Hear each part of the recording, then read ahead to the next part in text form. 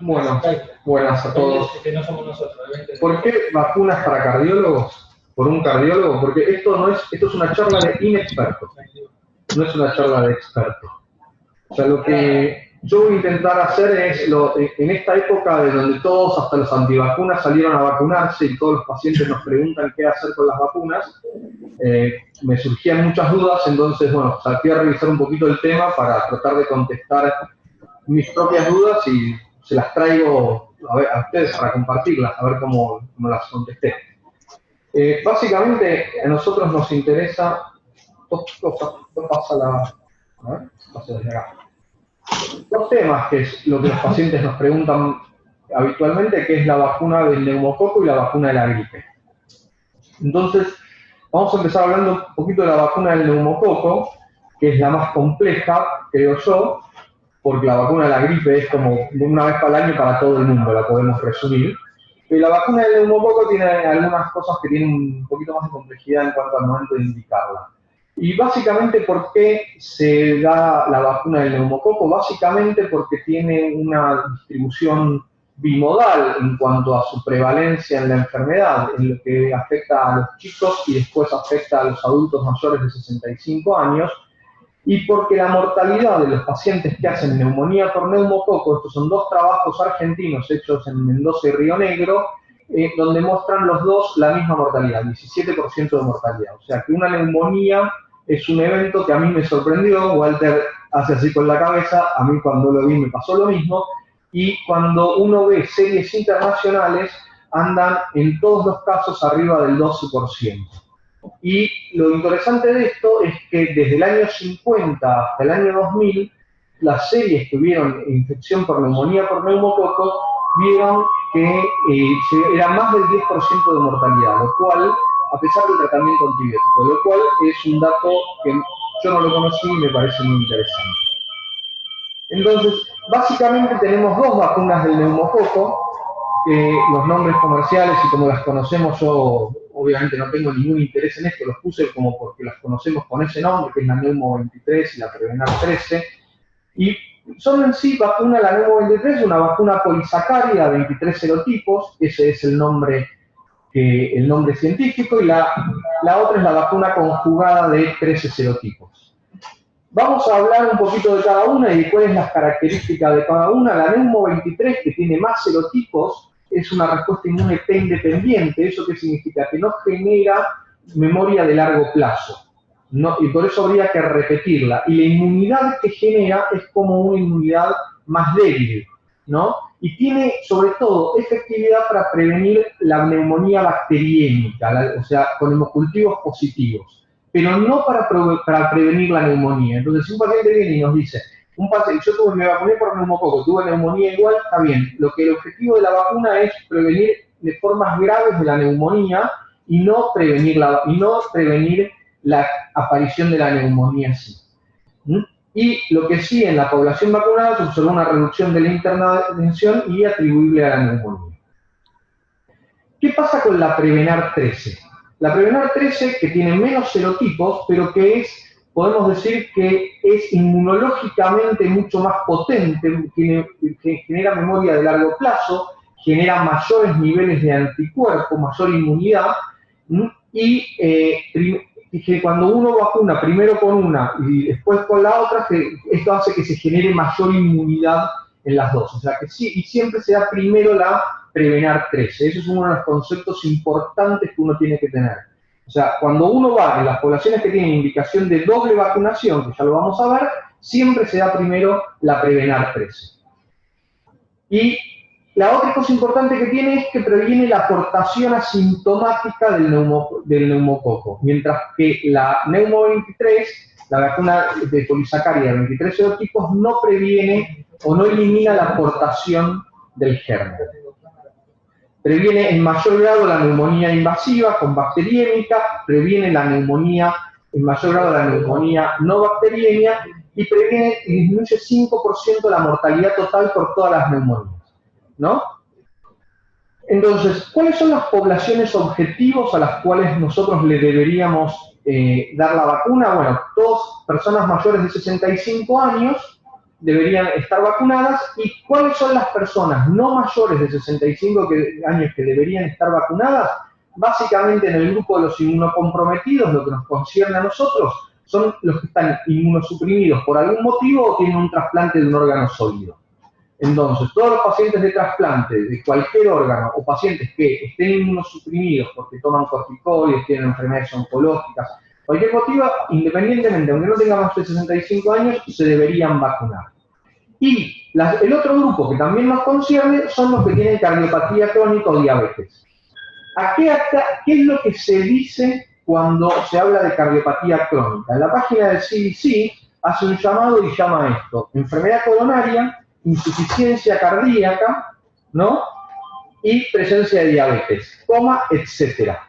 Pero no hace una discriminación más precisa de eso. Pero básicamente, yo diría que todos los pacientes que tuvieron eventos coronarios, todos los pacientes que tienen insuficiencia cardíaca, todos los pacientes, no habla de valvulopatías, no habla de arritmias, pero tampoco lo excluye explícitamente. ¿Cuáles son las reacciones adversas? En la mitad, 30-50% de los pacientes hacen una reacción local y se espera que hasta el 1% pueda hacer fiebre dentro de las 48 horas de que se aplicó la vacuna. ¿Cuáles son las precauciones? No darlo si el paciente tiene fiebre. Si el paciente tiene alguna otra enfermedad u otra comorbilidad que está activa en ese momento, se dice esperar a que pase ese cuadro de fiebre y una vez que pasó la fiebre, vacunar al paciente. No dice ni esperar ni una semana, ni un mes, de que cuando el paciente deja de tener fiebre se lo puede vacunar. Y en las pacientes embarazadas o en pacientes que estén lactando, hay que hablarlo y ver el caso puntual y hablarlo con el médico. Dice, no tiene una indicación las embarazadas sistemática. La simultaneidad se puede dar con cualquier otra vacuna. Lo que no se puede hacer es dar las dos juntas de neumococo. Es decir, yo no le puedo dar a un paciente la conjugada y la polisacárida en el mismo momento. Las tengo que separar. Pero sí puedo dar la de la gripe con cualquiera de ellas. O si el paciente tiene que vacunarse contra el tétanos, se puede dar con cualquiera de ellas. Se puede dar con cualquier otra vacuna, pero no se pueden dar las dos antineumocócicas juntas. Entonces, ¿cuáles son los esquemas de vacunación? En mayores de 65 años sano, o sea, una persona de 65 años que está sana, el esquema es, se le da la vacuna conjugada, la Neumo 23, y al año se le da la vacuna polisacárida de 23 serotipos. Eso es el esquema que corresponde. ¿Qué es lo que pasa? Muchos pacientes vienen con que se les dio primero la vacuna polisacárida de 23 serotipos. Y no sabemos, en algún momento, no porque nosotros se la hayamos indicado, sino porque ya la tiene puesta. Hay que esperar un año para dar la vacuna conjugada de 13 serotipos. Si el paciente se dio la vacuna conjugada de 23 serotipos antes de los 65 años, ¿no? Y lo que hay que ver es que es esperar por lo menos un año de la vacunación anterior y hacer el esquema como corresponde. La vacuna de 13 serotipos y al año la vacuna de 23 serotipos porque se la dio antes de los 65 años. ¿Está bien? Entonces, en población sana, primero la de 13 serotipos y luego la de 23 y siempre esperando un año entre una y otra vacuna. ¿Qué pasa en pacientes, independientemente de la edad, que tienen cardiopatía o diabetes, que son básicamente nuestra población? Lo que está indicado es estos pacientes un esquema de vacuna de 13 serotipos y al año la vacuna de 23 serotipos, en menores de 65 años. Cuando el paciente cumple los 65 años y tiene más de 5 años de la última vacuna de 23 serotipos, hay que repetir un refuerzo de 23 serotipos. ¿Se entiende? Se la dimos a los 62, no es que se la damos a los 65, se la damos a los 67. ¿Está bien? Pero se le da un refuerzo, solamente de eso.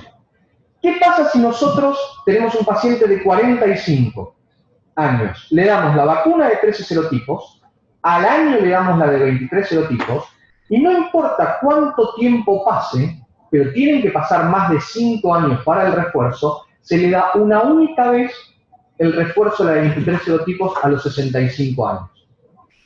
¿Está claro? Porque Esas son las cosas que yo me mareaba. Entonces digo, bueno, ¿qué pasa con los pacientes que están inmunocomprometidos? Aquellos de nuestra población, los que tienen un trasplante o tratamiento inmunosupresor. Al paciente se le da la vacuna de 13 serotipos y a los 2 meses, no al año, se le da la de 23 serotipos. En realidad son 8 semanas, lo que dicen las guías. A las 8 semanas la de 23 serotipos. A los 5 años se le repite la de los 23 serotipos. Y a los 5 años, o cuando cumple 65, se le repite de vuelta la de los 23 serotipos. Es decir, yo tengo un paciente de 30 años, lo vacuno a los 30 con 13 serotipos, lo vacuno a los 8 semanas con 23 serotipos y a los 5 años lo revacuno con 23 serotipos, o sea, a los 35. De los 35 hasta los 65, no le repito nada, a los 65 le doy un refuerzo de 23 serotipos. ¿Qué pasa si el paciente le corresponde, es un paciente de 60 años, 55 años, le doy la de 13 serotipos, a los 2 meses la de 23, y pasan 5 años y cae la segunda dosis después de los 60. Bien, a ese paciente no necesita la dosis a los 65 años. ¿Por qué? Porque el refuerzo lo recibió después de los 60 años. ¿Está bien? Y, o sea que queda con unas dosis menos. ¿Por qué? Porque se inmunizó más cerca de los 60. ¿Está claro? Más o menos, dice el Roberto Vulcano.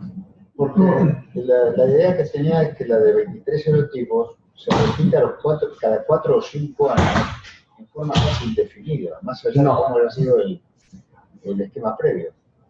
No. Esto lo saqué del esquema nacional del Ministerio de Vacunación. Hay si ustedes lo ponen en internet, lo terminé encontrando en internet, vacunas neumococo Hospital Italiano, una guía de infectología del Hospital Italiano y el Up to Date. Y en todos lados más o menos dice lo mismo.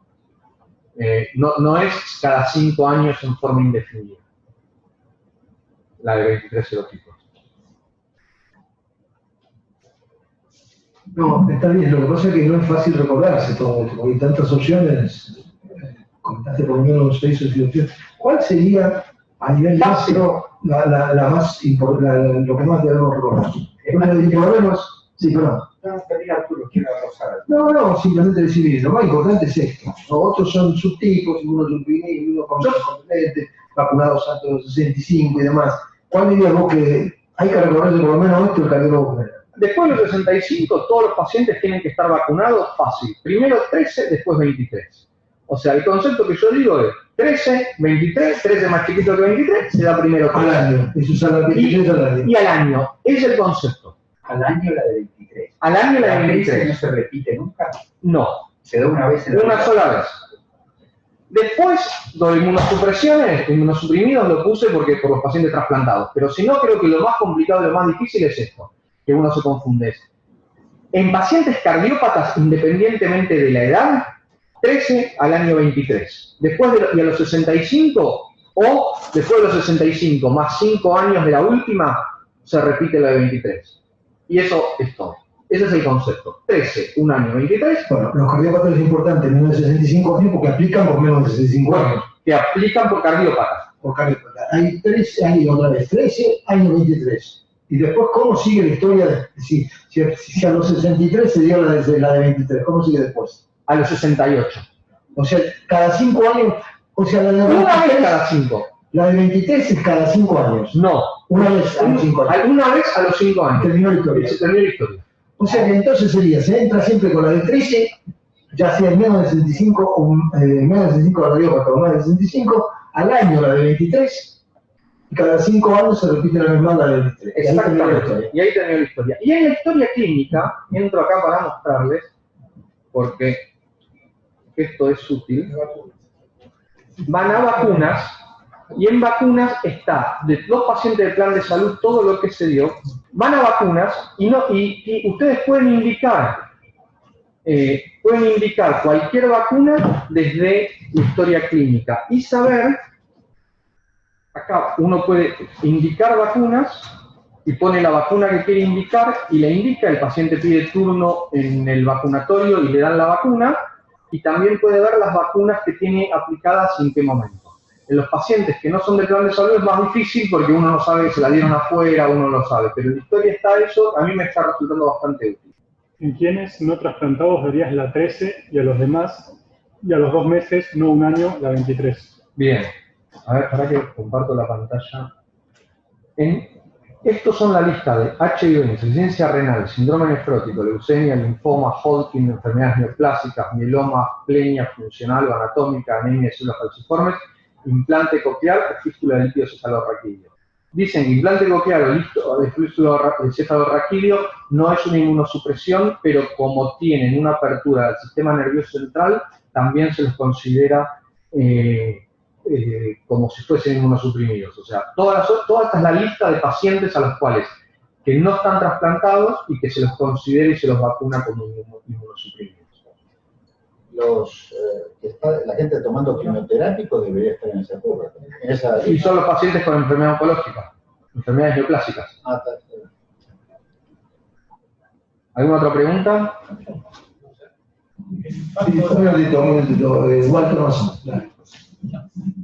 El impacto de las vacunaciones sobre la mortalidad total, mortalidad cardiovascular, mortalidad no cardiovascular. Por ahí lo dijiste y no entendí bien. ¿Cuál es el verdadero impacto, digamos, de la vacunación en cuanto a la mortalidad cardiovascular y no cardiovascular? No está informado como, o sea, estos trabajos no son cardiovasculares, son trabajos de vacunas, entonces no está informado como mortalidad cardiovascular. Entonces, la de 13 serotipos previene disminuye un 75% la neumonía bacteriémica, ¿está bien? 45% la no bacteriémica y 5% todo el total de neumonías, pero no está informado como mortalidad o mortalidad cardiovascular. Y la de 23 serotipos disminuye un 75% la neumonía bacteriémica en pacientes inmunocompetentes mayores de 65 años. ¿Está bien? Y que varía mucho en cuanto a la neumonía no bacteriémica, que alrededor andan entre el 20 y el 50%, pero hay mucha variabilidad. Con respecto a la mortalidad, no está informado en un dato fijo, y lo que dice es que hay trabajos poblacionales donde hay mucha variabilidad en cuanto al impacto de la mortalidad. Pero estos son los datos duros, así como que encontré. Y no estaba discriminado por mortalidad cardiovascular o no cardiovascular. Una preguntita en relación a lo que comentó Walter, un poco también para Walter. Me parece que algunas veces cuando un cardiópata, sobre todo si un cardiópata importante y demás, definir por qué se muere no es fácil, ¿no? O sea, en situaciones muy extremas, un paciente está en prevención nada más y no tiene ningún evento vascular y es un tipo... Ahí, bueno, qué sé yo, no se puede definir claramente. Pero digo, cuando a medida que la enfermedad cardiovascular es más potente, decir si se murió por una causa cardiovascular o por una sepsis que termina en un problema cardiovascular, ¿cuál es tu punto de vista, Walter?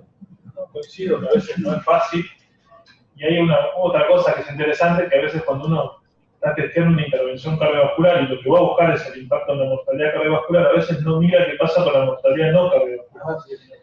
Y a veces estas situaciones que dice Nacho, por ejemplo la neumonía, que es una afección que puede matar y en un número no despreciable, claramente va a matar más en el paciente con una cardiopatía. Entonces, si la intervención directamente mejora la cardiopatía, podría bajar la mortalidad de muchas no coronarias o no cardiovascular, aunque sí coincido que es difícil a veces cuantificar. Entonces, vos dijiste además otra cosa también importante, que el manejo de las cuestiones cardiovasculares puede terminar influyendo sobre otras cosas que no son cardiovasculares también. Hay una interacción entre los dos tipos de fenómenos, ¿no? Bueno, no sé, ¿hay alguien más ahí que está pidiendo la palabra? No, hay una cosa que no me quedó bien clara, que es los pacientes que nosotros vemos más jóvenes de menos de 65 años, que son pacientes cardiópatas y nosotros tenemos que vacunarlos. Vos, en el esquema, ahí dice, bueno, te dan las dos vacunas como se da habitualmente, después de 65 años, y después dice 5 o más años, pero es una, porque lo vi Arturo que decía cada 5 años. No, por eso lo que No, una más cada 5 años. Pero no se repite. No se repite. No se repite, porque en una época sí lo repetía. No se Pero repite. no se repite. No, me parece O que sea, eso me parece muy importante porque yo tenía en la cabeza que cada 5 años tenía que. No. Hubo un momento que era así. En un momento yo también tenía eso, que pensé, después eso cambió y esto es lo que actualmente, la recomendación actual. O sea, sí, yo tengo que tener por lo menos 5 años, pero una vez sola le doy y después de los 65 Exactamente. Después de los 65, pero siempre y cuando haya pasado 5 de la última vez. Si un tipo yo lo vacuné a los 63 y por cumplir 65 no, va a los 67. Por eso, el modelo sigue siendo el mismo antes de los 65, después de los 25 años. La primera al año de la otra y 5 años después, independientemente de la edad, solamente que en los 65, pero el modelo pasó, sí. Igual que la otra por un refuerzo. Exactamente. Los 65 años. Pero la salvedad es que si yo tenía un paciente que se vacunó a los 30, yo lo vacuno a los 31, le doy el refuerzo a los 36, a los 41 no le doy, espero el segundo refuerzo es a los 65. Que sería hay otro refuerzo más entonces. Es este esquema de acá abajo. En el paciente que es más joven, puede haber un tercero, pueden ser 3 las vacunas. Pueden ser los 13, 23, 23. Puede ser a los 60, perdón, este esquema sería, en el trasplantado, en el que el inmunocomprometido se le da a los 5 y después, en el inmunocomprometido, inmunocomprometido, claro. En el otro es a los 5 o 65. ¿Está bien? Ahora, llegados a los 65 años, todas las poblaciones se unifican, porque tengan coronariopatía, tengan... Está bien, pero si el paciente tiene insuficiencia cardíaca, venía con insuficiencia cardíaca antes, se supone que estaba vacunado de antes. A los 65 no le tenés que dar la conjugada. Correcto, pero a partir de ahí se sigue el mismo... Lo vacunás y ya está. Y ya está. ¿Qué pasa con respecto de la vacuna de la gripe? Bueno, esta es un poco la curva que grafiqué la evolución de los anticuerpos en la vacuna de la gripe. Yo tenía la idea de que uno vacunaba para la gripe todos los años porque el virus de la gripe cambia. Y es cierto que el virus de la gripe cambia, pero aparte se vacuna todos los años porque el título de anticuerpos de la gripe dura 6 a 9 meses. O sea, no genera una inmunidad de largo plazo. Entonces, esto es un poco la cinética de los anticuerpos que empiezan a los 2 meses, a las 2 semanas, o sea, un paciente se vacuna contra la gripe y empieza a tener protección a partir de esa vacuna recién a las 2 semanas, y la cinética de los anticuerpos le duran de 6 a 9 meses. O sea que es por estacional. Por eso también es importante darla en el otoño, porque no le duran los 12 meses del año. ¿Le duran el tema que duren? ¿Significa que la cepa va a cambiar? ¿O significa no, cae el nivel de anticuerpos. Cae el nivel de anticuerpos. Pero además cambia la cepa. Además cambia la cepa, pero cae el nivel de anticuerpos. Sí.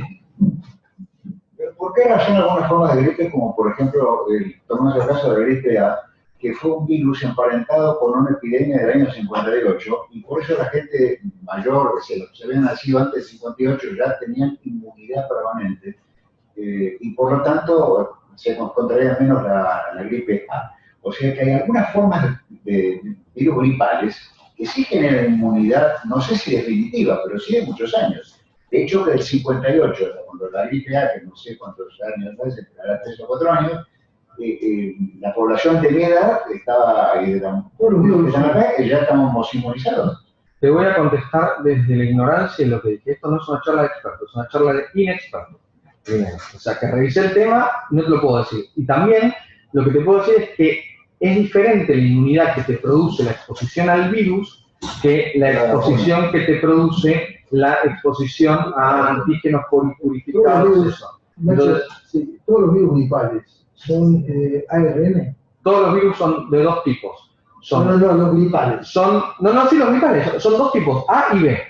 Dentro del A y B hay diferentes cepas y todos son virus ARN. Porque dicen que los virus ARN son los que pueden mutar los ARN son mucho más estables, no interaccionan con el huésped. Pero los ARN interaccionan con el huésped y sufren mutaciones. Todos los influenza son ARN. Esos son virus con alta capacidad de paramutar. Me parece que por algún lugar oí o leí eso. Los ADN de otros procesos son mucho más estables, no interaccionan con el huésped y no mutan. Bueno, perdón por la digresión. Esto un poco que también yendo a lo que preguntaba Walter, ¿cuáles son el beneficio de la vacuna gripal, antigripal, en cuanto a los diferentes puntos finales? Y básicamente está publicado en dos estratos, mayores y menores de 65 años. Se comporta diferente. ¿Por qué? Porque los anticuerpos y el nivel de inmunidad que generan los jóvenes es mayor que los que generan las personas de más de 65 años. Entonces, ¿cuánto previene la enfermedad en los menores de 65 años? Un 90%, mientras que es un 58% en mayores de 65 años. ¿Cuánto previene la internación por gripe? Cerca del 80% en menores de 65 años y entre el 30 y el 70%, dependiendo de los trabajos, en mayores de 65 años. Y en cuanto a la prevención de mortalidad, es 70% en jóvenes y cerca del 50% en pacientes mayores de 65 años. También una cosa que encontré que me pareció interesante es que la prevención en cuanto a mortalidad es mayor en las personas que tienen al menos 3 vacunaciones. O sea que el revacunarse todos los años sistemáticamente tiene mucho más impacto que una vacunación aislada. Entonces, y sobre todo en los mayores de 65 años. Después, en los mayores de 65 años, la caída de anticuerpos, si no se revacuna, hace que se pierda el seguimiento del beneficio. Entonces, ¿cuáles son las indicaciones? A todas las personas mayores de 65 años, personas que estén institucionalizadas, y dentro de personas de cualquier edad con riesgo aumentado están las cardiopatías crónicas. ¿Está bien? Pues lo mismo que les decía antes, no está aclarado qué es cardiopatía crónica, pero insuficiencia cardíaca y enfermedad coronaria lo pone como cosas paradigmáticas. Y después, todos otros grupos de pacientes con cualquier, yo les diría que básicamente todos los pacientes con enfermedades crónicas, o sea, podemos resumirlo, o enfermedades oncológicas.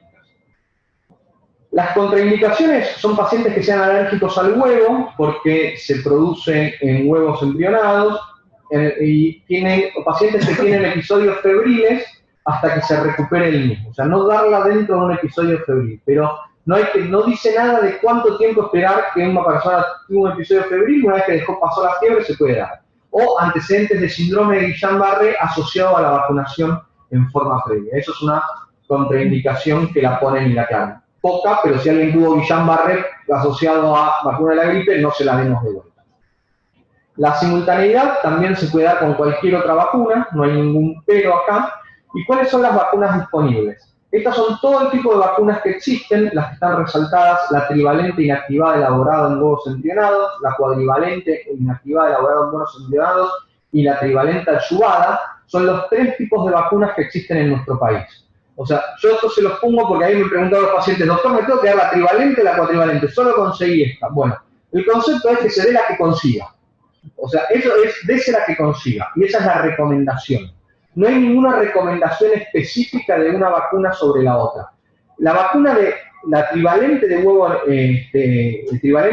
embrionados es la vacuna clásica, es la que se hicieron la inmensa mayoría de los trabajos epidemiológicos y es la que se probó. ¿Y qué es la trivalente? Tienen 2 cepas de virus de influenza A y una cepa de virus de influenza B.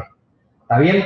La vacuna cuatrivalente lo que es agregar una cepa más de virus de influenza B, y lo que se dice es que tiene una ventaja que la influenza B circula más entre los chicos y los jóvenes que entre los adultos. Entonces, si uno diría, bueno, ¿quién se beneficiaría más de la cuatrivalente? Serían las poblaciones más jóvenes. Y en cuanto a los adultos, la ventaja que tiene es que hay trabajos que mostraron una reducción de infarto, o sea, mayor prevalencia de síndromes coronarios agudos post-cuadros gripales asociados a influenza B. Entonces, el estar vacunado por eso, desde ese lado, tendría algún beneficio. Pero poblacionalmente, en cuanto epidemiológicamente, es una vacuna que más beneficiaría a los jóvenes. Y la vacuna adyuvada lo que hace es producir títulos mucho más altos de anticuerpos que tienen mucha mayor duración y tendrían más efectividad en pacientes inmunocomprometidos. ¿Por qué? Porque están inmunocomprometidos, tienen menos respuesta inmune al antígeno, entonces no desarrollan anticuerpos, y esa sería la indicación. Pero el concepto global que uno tiene que dejar de la gripe, ya mencioné estas como para decir cuáles son las características de cada una vacuna, es lo que les decía antes. Vacunar una vez por año a la población target independiente con cualquier vacuna con la que se consiga. Y en estos momentos que está muy difícil conseguir, que uno dice, el paciente dice, la que consigue, que se la dé. Muchas gracias.